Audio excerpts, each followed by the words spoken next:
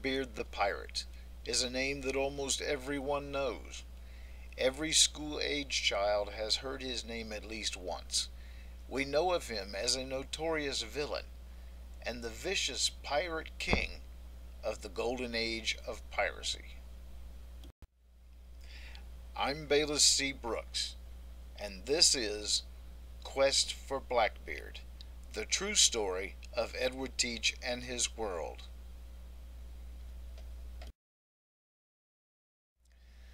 Captain Charles Johnson was the pseudonym used by Jacobite polemicist Nathaniel Mist, publisher of the controversial newspaper Weekly Journal of London. His book, A General History of the Robberies and Murders of the Most Notorious Pirates, was published twice in 1724. First in May, and had Edward Thache, born in Jamaica.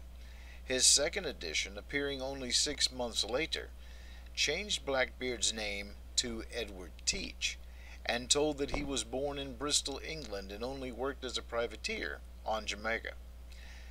Other significant alterations involved the relationship between pirate Stede Bonnet as Teach's partner in the first edition, changed to Benjamin Hornigold in the second. Also, his book glorifies wild exploits and criminal activity. The financially troubled Mist wrote this book most likely needing the money, and he understood that his readership wanted fantastic tales above all. He obscured the basic history of Blackbeard with colorful and outlandish embellishments. Without the substantial primary sources to support his assertions, he declared, Blackbeard's behavior in this state was something extraordinary.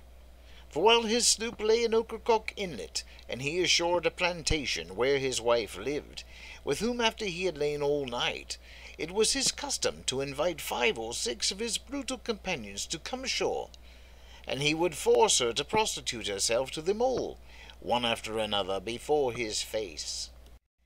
He was a courageous brute.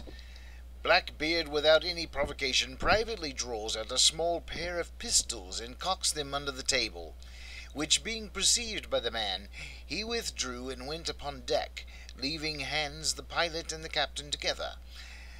When the pistols were ready, he blew out the candle, and crossing his hands, discharged them at the company. Hans the master was shot through the knee, and lamed for life. The other pistol did no execution. Being asked the meaning of this, he only answered by damning them, that if he did not now and then kill one of them, they would forget who he was.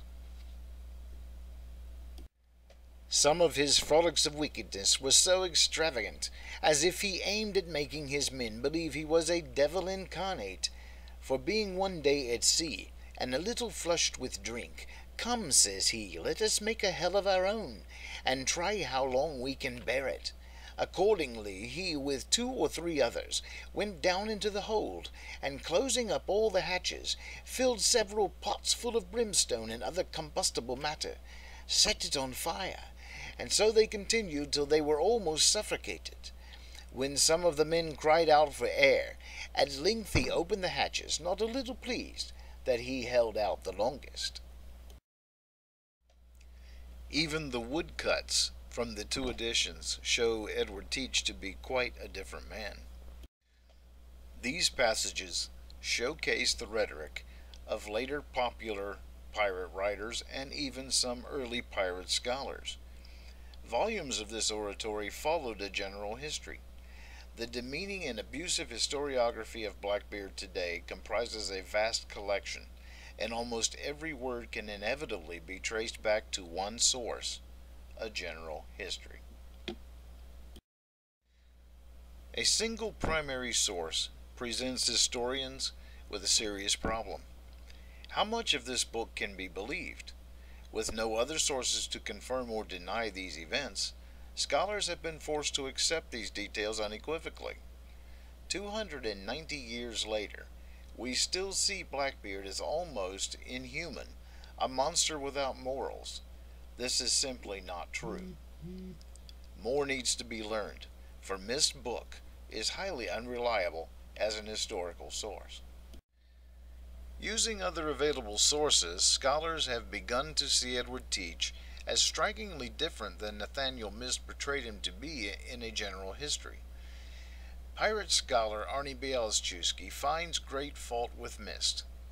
He writes that this book is not a reliable source.